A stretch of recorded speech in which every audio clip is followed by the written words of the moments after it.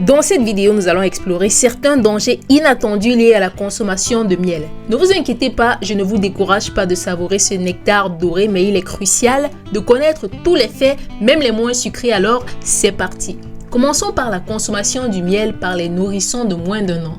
Saviez-vous qu'en consommant du miel, vos petits anges sont exposés au risque de botulisme infantile? Le botulisme, c'est une maladie très rare, mais très grave également, causée par une toxine produite par la bactérie Clostridium botulinum. Les spores de cette bactérie peuvent être présents dans le sol, dans l'environnement et même dans les substances telles que le miel.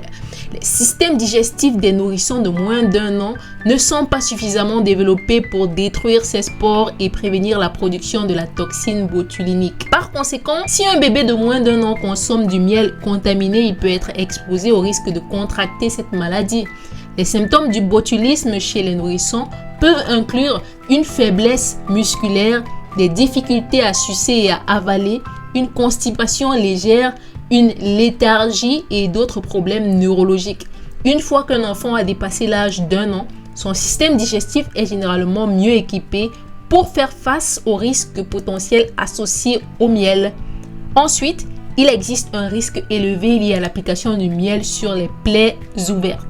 Bien que le miel ait des propriétés antibactériennes, son utilisation directe sur les plaies pourrait introduire des contaminants. En appliquant du miel brut sur une plaie ouverte, il existe un risque de contamination bactérienne. Même si le miel a des propriétés antibactériennes, il est possible qu'il contienne des spores de bactéries telles que Clostridium botulinum. Lorsqu'il est appliqué sur une plaie ouverte, le miel pourrait potentiellement introduire des spores et provoquer une contamination bactérienne. D'autre part, le miel a un effet osmotique, ce qui signifie qu'il peut attirer de l'eau. Dans le contexte des plaies, cela pourrait entraîner un excès d'humidité autour de votre plaie, ce qui n'est pas toujours favorable à une cicatrisation optimale.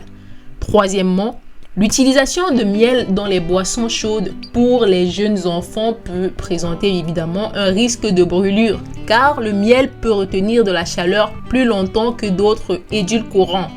Le miel peut former des grumeaux ou des résidus dans les boissons chaudes, ce qui pourrait représenter un risque d'étouffement, en particulier chez les jeunes enfants qui ne sont pas capables de gérer les textures difficiles. Des risques mineurs tels que les problèmes dentaires existent également. Bien que le miel puisse être considéré comme un édulcorant naturel, il contient encore du sucre. Une consommation excessive du sucre peut contribuer au développement de caries dentaires chez les enfants, surtout si les habitudes d'hygiène buccale ne sont pas bien établies. Par ailleurs, l'utilisation fréquente du miel pour sucrer les boissons chaudes des enfants peut contribuer à développer une préférence pour les saveurs sucrées.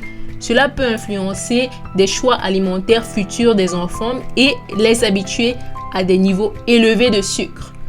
Le quatrième danger à souligner se trouve au niveau des personnes allergiques au pollen. Bien que rares, certaines personnes peuvent être allergiques au pollen présent dans le miel. Les personnes allergiques au pollen d'abeilles ou à d'autres composants du miel devraient éviter sa consommation. La composition spécifique du miel peut varier en fonction de la région géographique et des plantes dont le nectar a été collecté. Par conséquent, il peut être difficile de prédire avec certitude quel type de pollen sont présents dans un miel en particulier. Il est important que les personnes allergiques au pollen fassent preuve de prudence lorsqu'elles consomment le miel et qu'elles soient conscientes de leur intolérance individuelle. Si vous êtes allergique au pollen, consultez un professionnel de santé avant d'ajouter du miel à votre alimentation. En fin de compte, tout est une question d'équilibre et de connaissance. En connaissant les risques potentiels, nous pouvons faire des choix éclairés pour notre santé et notre bien-être.